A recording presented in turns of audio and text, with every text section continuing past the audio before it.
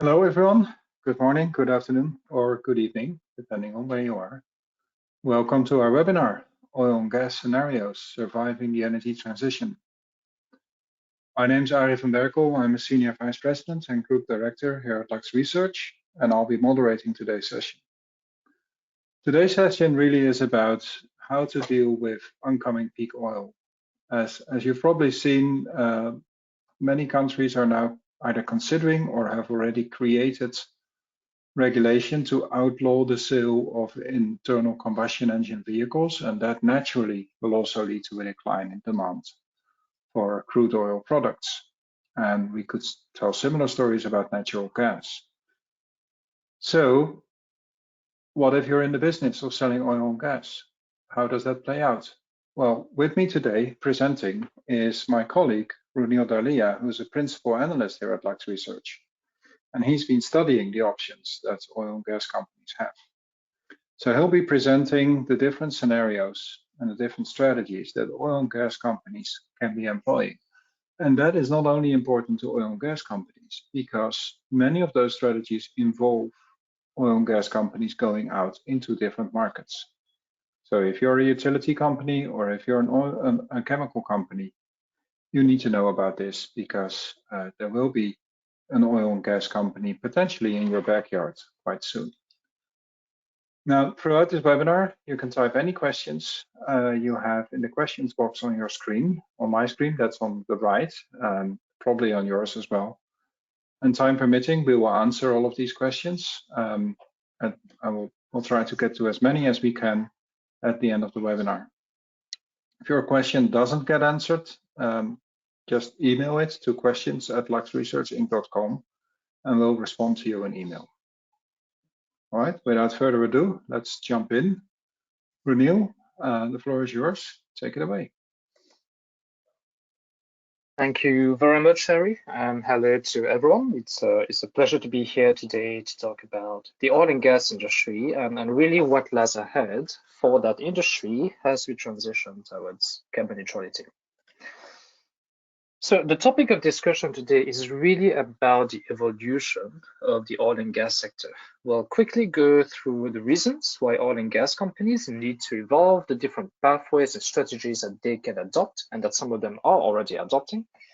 And then finally, we'll take a look at our assessment of some oil and gas companies today and what we think they will look like in the next few decades. But first, what is really driving the change? What is really driving the need for these oil and gas companies to evolve?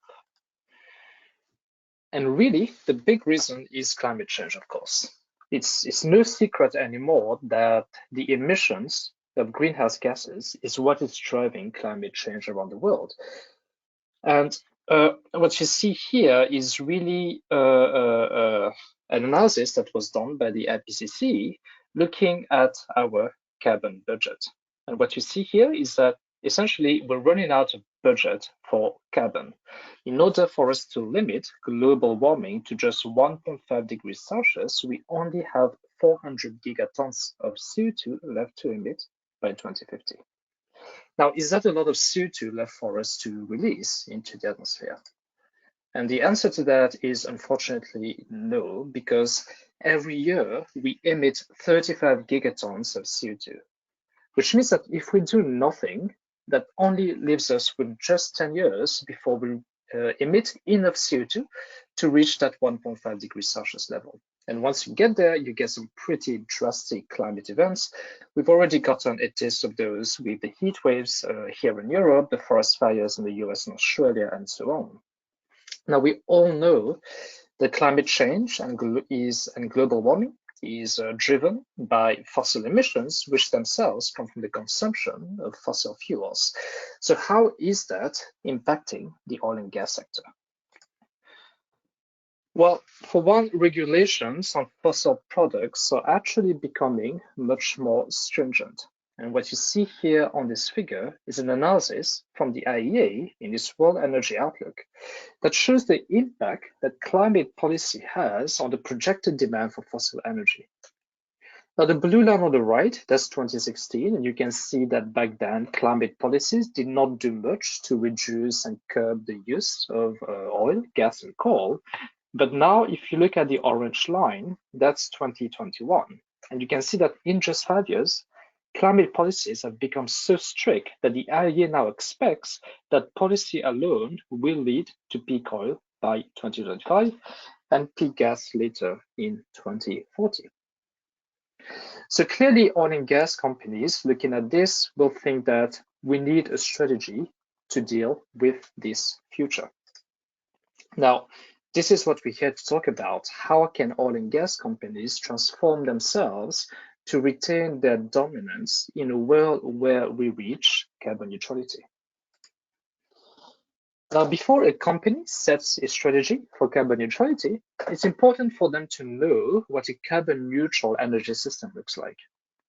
Now, no one has a definitive answer to this question. However, the IEA again published last year, they published a net zero scenario where they projected what such an energy system will look like. And you can see the result of the study here on this slide.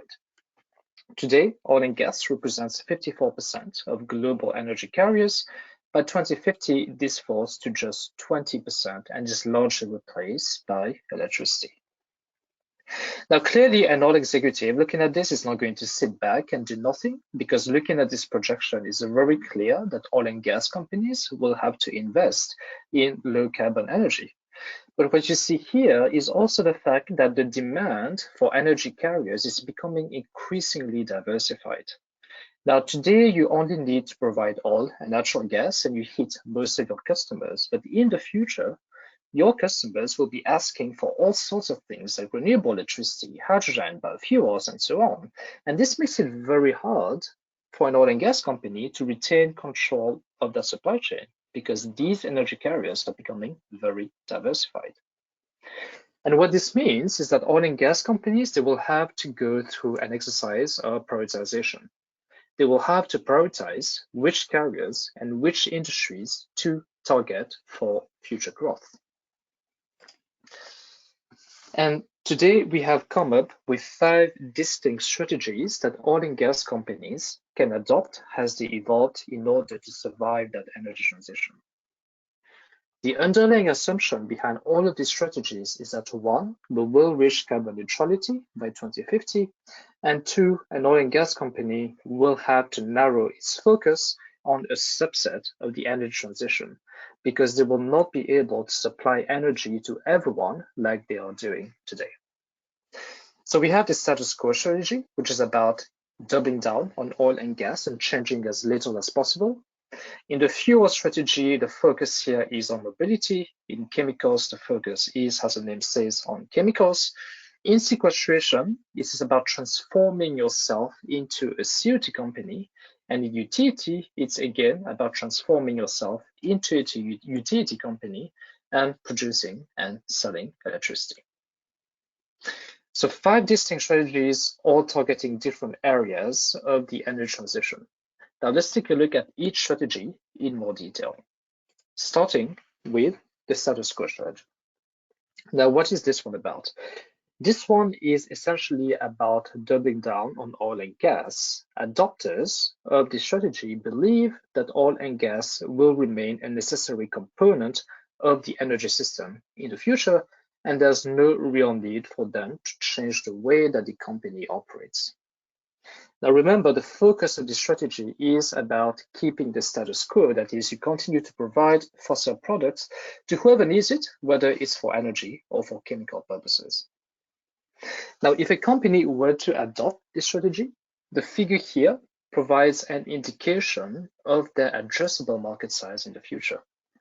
Now, according to the net zero scenario, by 2050, we will only need about 60 exajoule of fossil products compared to 2030 exajoule today. So this is quite a significant drop. So why would a company decide to adopt this strategy? Well, for one, it's the least risky strategy that an oil and gas company can adopt. And the reason for that is because You already have a massive demand for oil and gas today. And even if we were to reach the goal of the net zero scenario, there will still be a significant demand for fossil oil and gas in the future. So essentially, you have a guaranteed market for your products.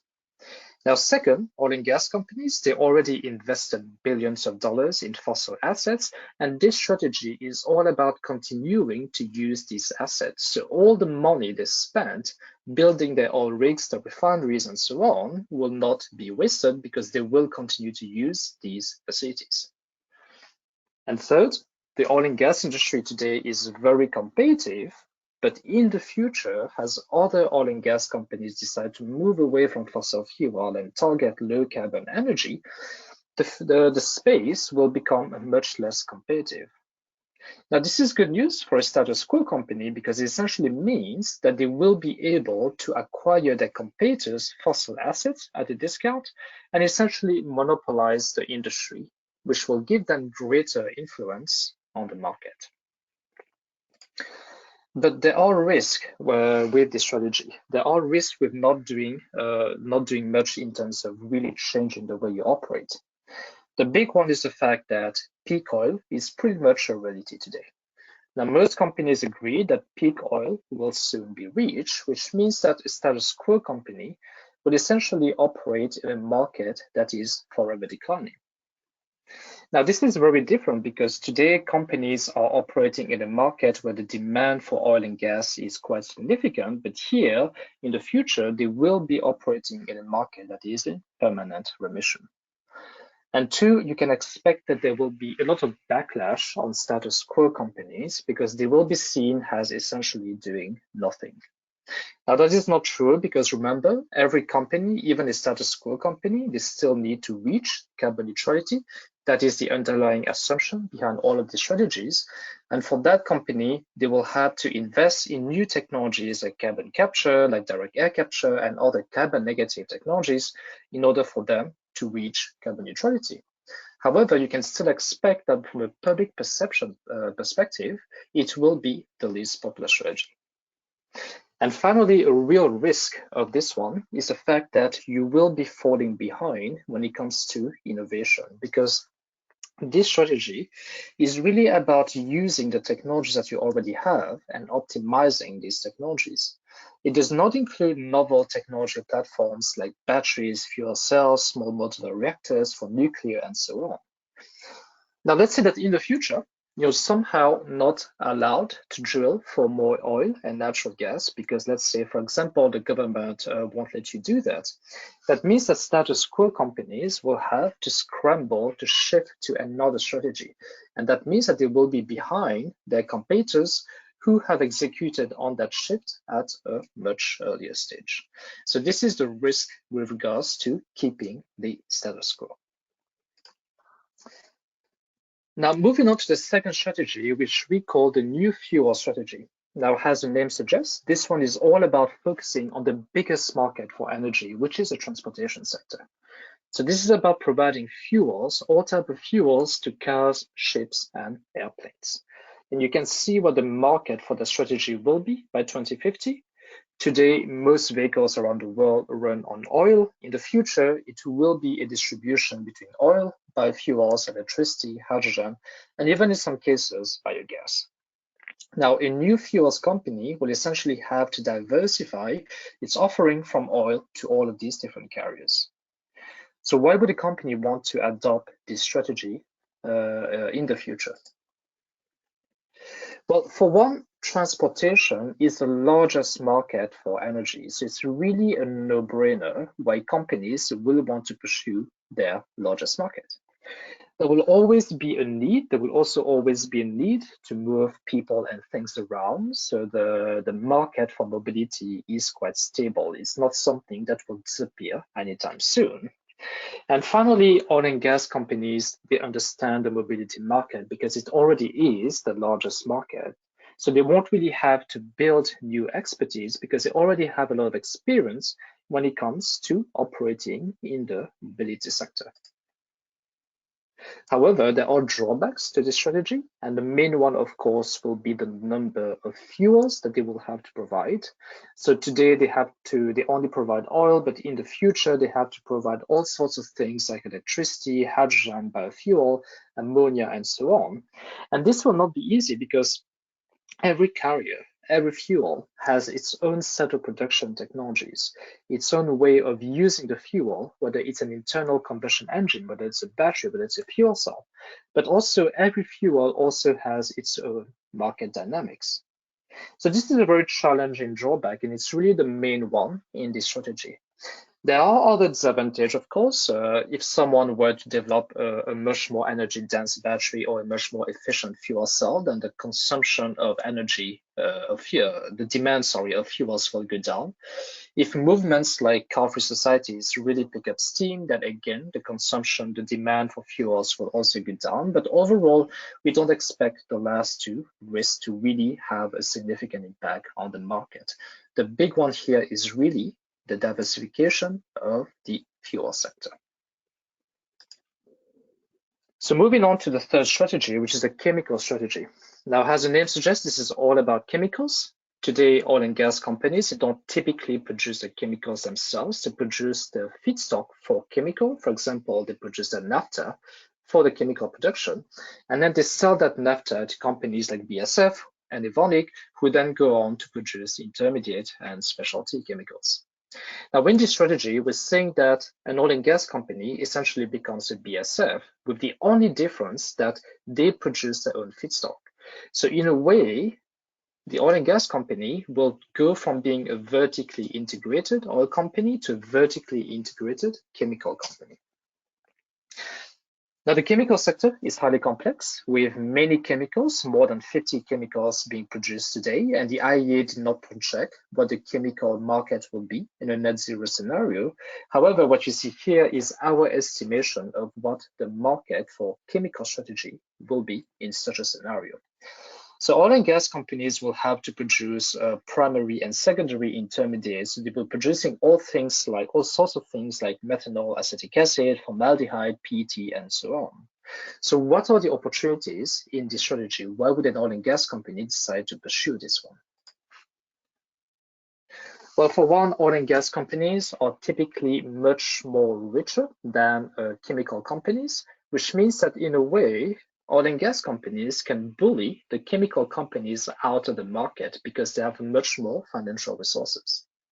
An oil and gas company can even use these resources to acquire chemical companies, because why would they want to start from scratch where they can just acquire BASF or Evonik and kickstart their transition? And as mentioned before, chemical companies today are reliant on the oil and gas sector to get their feedstock. An oil and gas company that transforms itself into a chemical company won't have this problem because they will be producing their own feedstock. So they essentially control the entire supply chain from upstream to downstream. But there are risks associated with this strategy. The biggest one is, of course, the fact that the chemical sector is tiny compared to the energy sector. Now, chemicals typically have a larger margin than oil and gas products. However, the overall market is small and it is not growing very fast. We expect the growth in the chemical sector to remain in the single digits over the next few decades. And another big risk here is our regulations. Really the amount of type of regulations that an oil and gas company will be subject to if they were to adopt this strategy. Now, oil and gas companies, they're very familiar with having to comply with environmental standards, but they never had to contend with regulations that outright ban the use of their products. And this is something that chemical companies have to deal with. For example, the recent ban on single-use plastics that cuts down the demand for polymers, or the BPA ban in polycarbonate products that again cuts down their market. So this is something new that oil and gas companies would have to deal with and get used to in this strategy. Now moving on to the fourth strategy, which is what we call the sequestration strategy. Now this one is unique because here the only carrier that you'll be handling is CO2. Now, today, CO2 is a waste product that is simply emitted to the atmosphere, but it is also the cause of global warming. So in the future, you will need a carbon management service to essentially deal with that CO2. And this is essentially what this strategy is about. This is about an oil and gas company leveraging its asset and expertise to provide carbon removal services to anyone who is emitting CO2. Not just oil and gas companies, but really any company, any industry out there that is emitting CO2. Now, the market for CO2 removal is practically non-existent today, but it is set to grow very rapidly as we work towards net zero emissions. The IEA estimates that by 2050, we'll need to remove approximately 10 billion tons of CO2 a year, and most of it will be CO2 captured from post-combustion sources, but a significant amount will also be offsets generated from direct air capture and BE-CCS. So, what are the opportunities and risks in this strategy? Now, in terms of opportunities, oil and gas companies, they already have significant offshore expertise. And this is a big advantage because this is needed in this strategy. CO2, most of the CO2 sequestered will be sequestered offshore. Oil and gas companies can also repurpose the depleted gas fields to store the CO2. And finally, a unique advantage here is the fact that with this strategy, oil and gas companies can significantly expand and diversify their customer base. So let's say, for example, if you take, for example, steel and cement companies, they are emitting a lot of CO2 today, and they will continue to emit CO2 by 2050 because these are really heavy industries. Now, today, oil and gas companies, they don't really have anything to do with the steel and the cement industry, but in the future, oil and gas companies adopting this strategy could provide carbon removal services to the steel and the cement sector. So you essentially create the link between the different industries. However, again, there are challenges with this strategy. The big one is geographic constraints. You can't simply capture and store the CO2 anywhere. You can only do so where you have the right geological features, the right sinks, in order for you to store that CO2. And second, you can expect the societal backlash for this one to be quite significant because there's already a lot of controversy over the use of carbon sequestration and the use of carbon offset. And as we've seen from the IEA scenario, these aren't even industries today, and yet there's already so much controversy. Now imagine in the future if you were to turn yourself into a CO2 company where your main product is about handling and storing CO2 underground. You can expect that many people will not be happy with this. And finally, a real risk of this strategy is the same as the status quo one, which is about becoming a laggard when it comes to technology innovation. In this strategy, you only need a small set of technologies, post-combustion carbon capture, direct air capture, carbon negative technologies, and so on. And let's say that if for some reason you realize that halfway through your transition that this is not the right strategy for you and you have to choose another one, you will have a very hard time shifting gears and catching up with your peers because you will have missed out on all the novel technologies that you need to succeed in the other strategies. So here, this is quite a risky strategy because you're essentially focusing on a very small subset of the energy transition. And finally, we've come to our last strategy, which is the most transformative one. And this one is all about letting go of your oil and gas assets and turning yourself into a utility company where the focus is all about electricity. Now, in this one, you essentially become a vertically integrated utility company where you produce, you store, and you distribute electricity to whoever needs it, whether it's the mobility sector, industrial sector, or the residential sector. Now, as you can see, the market for electricity is expected to grow significantly in the net zero scenario from 20 exajoule today to more than 140 exajoule in the future. The graph that you see here is in direct contrast to the decline of oil and gas, which is why many companies today are actively expanding their activities in the electricity sector. Now, what are the opportunities for them? Well, really the main advantage is the fact that electricity in a way is the new oil. There are many scenarios out there that have projections of the energy system over the next 20, 30, 40 years, and they all have different opinions about how fast we will transition and so on. But the one thing that they all agree with is that electricity will eventually become the largest carrier in our energy system. And for all companies that are used to operating with the largest carrier, which today is oil, it's a no-brainer why they would want to pursue this strategy, because they get to operate with the largest carrier even in the future. That's same as with the chemical strategy. Here, oil and gas companies can leverage the significant financial resources to acquire utilities and kickstart their transformation. And one big advantage that oil and gas have over existing utility companies is the fact that oil and gas companies typically have an R&D department. Now, it's very rare for a utility company to even have an R&D department because this is not something that they needed before. But with electrification of mobility, with electrification of industry, you will need new technologies like energy storage or other electrochemical technologies in order to succeed in electrification of these different sectors, which means that you need to have the R&D capabilities to develop these novel technologies.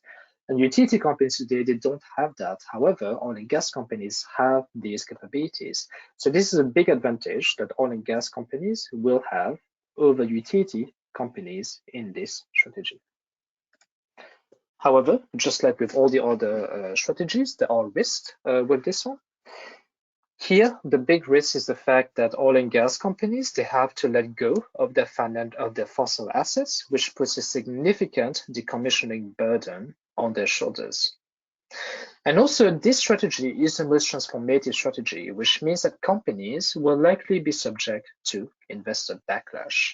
Now, what do I mean by that? Let's say, for example, I'm an investor and I put my money in Shell because I want to invest in the oil and gas industry.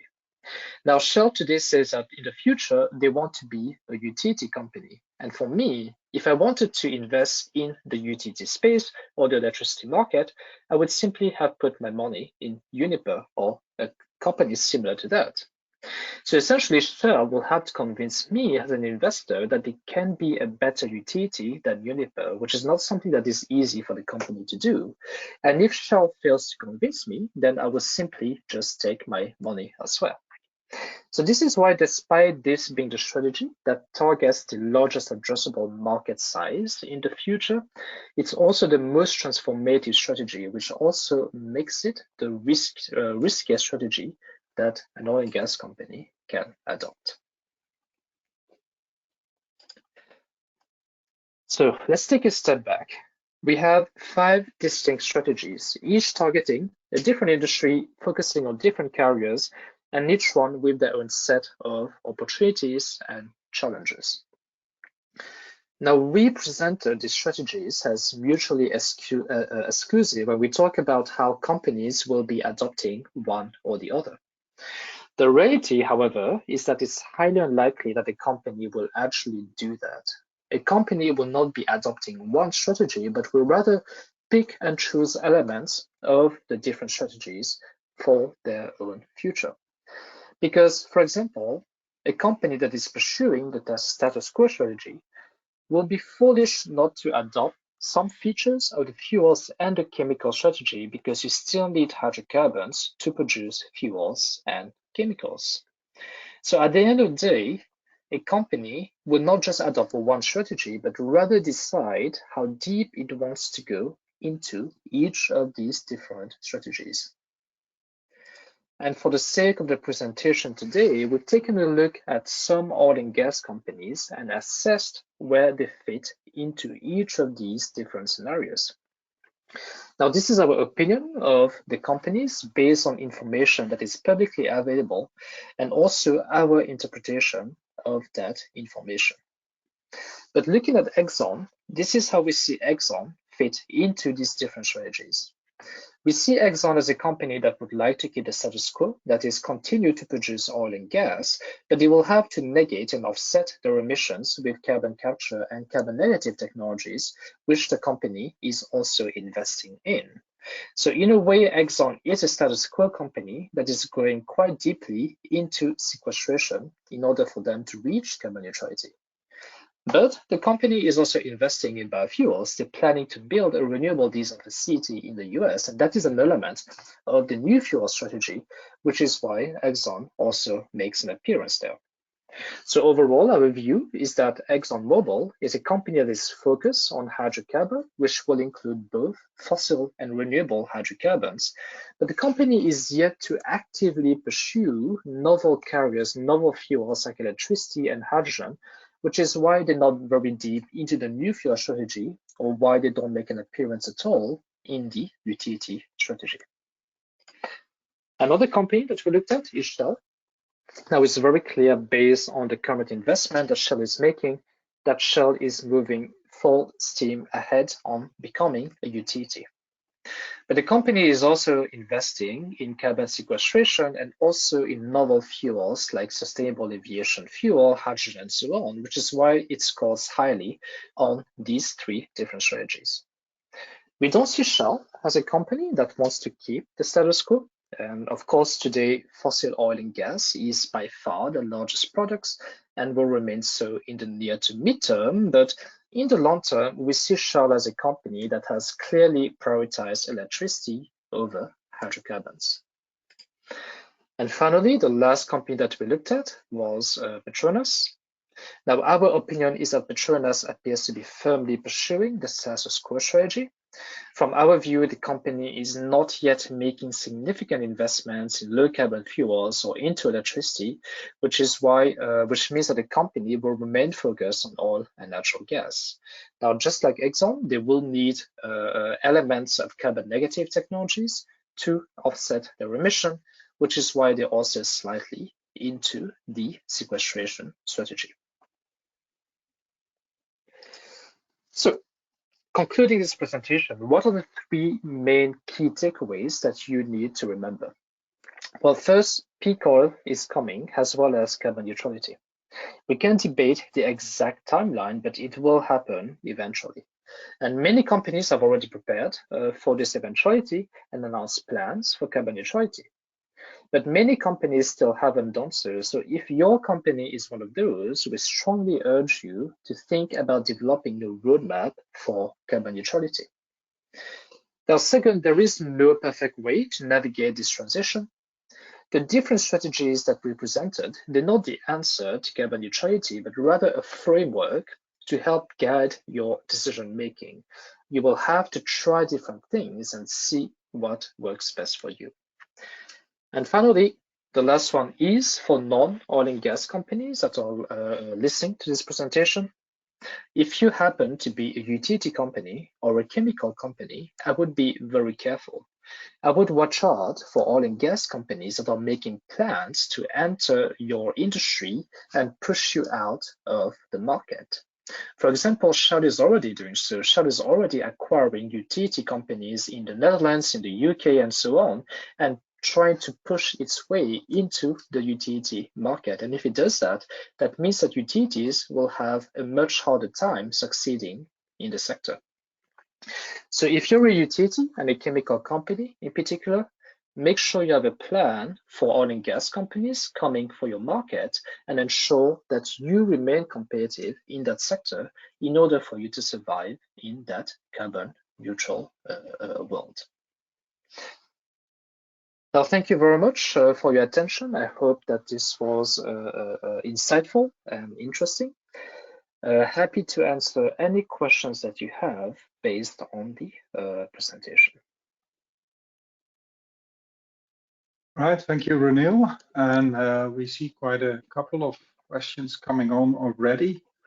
I'm just looking, we don't have a lot of time, so I'm looking to pick one or two that are particularly interesting. There's one, apparently some people really liked your suggestion of acquiring BASF, which of course is a significant chemical company. Now, there are many smaller oil and gas companies that actually probably wouldn't mind going into the chemical space because yes, the market is small, but if you're a small oil and gas company, it may just fit. But of course, a downside of being a smaller oil and gas company is that you don't really have the money to acquire BASF. So do you know of any smaller oil and gas companies that are pursuing the chemical strategy, and how would they go about doing that? Mm. Yeah, this is definitely something that oil and gas companies are considering, and I can think of one company which is actually quite an interesting case study, and that company is MOL, based in Hungary. So MOL is the largest oil and gas company in Hungary, and earlier this year, something very interesting happened. MOL submitted a bid in order to collect all of the municipal solid waste in Hungary, and I believe this amounts to around 5 million tons of MSW every year. Now, the reason it's interesting is because we've never heard of this before. Why would an oil and gas company want the entire supply of municipal solid waste, the entire country supply of that waste? And the reason for that is because MOL actually intends to become a chemical company. Now, that waste, they will be using that waste to produce low carbon chemical. Now, remember, MOL has a company, whether it's an oil and gas company or a chemical company, they still need to reach carbon neutrality. And that municipal solid waste will be used as a feedstock in order for MOL to produce these low carbon chemicals. So this is a very interesting example of a company, an oil and gas company, doing something really unconventional in order to transform itself into a chemical company. All right, thanks. So still using their capital to become vertically integrated, but on a very different feedstock base, which is really interesting. So please remember, you can always submit questions to questions@luxresearchinc.com. We won't be dealing with any further questions today. This actually concludes our webinar for today, but we're open to a discussion and to any questions you may have. And you can reach us on that email address. Now, after leaving the webinar, you'll be prompted to complete a survey on today's presentation. And of course, we appreciate any feedback you may have. So also take a moment and check out our upcoming webinars. You can see them on the screen here, but you can also see them on our website. So thank you all for joining us and have a great rest of your day. Thank you. Thank you.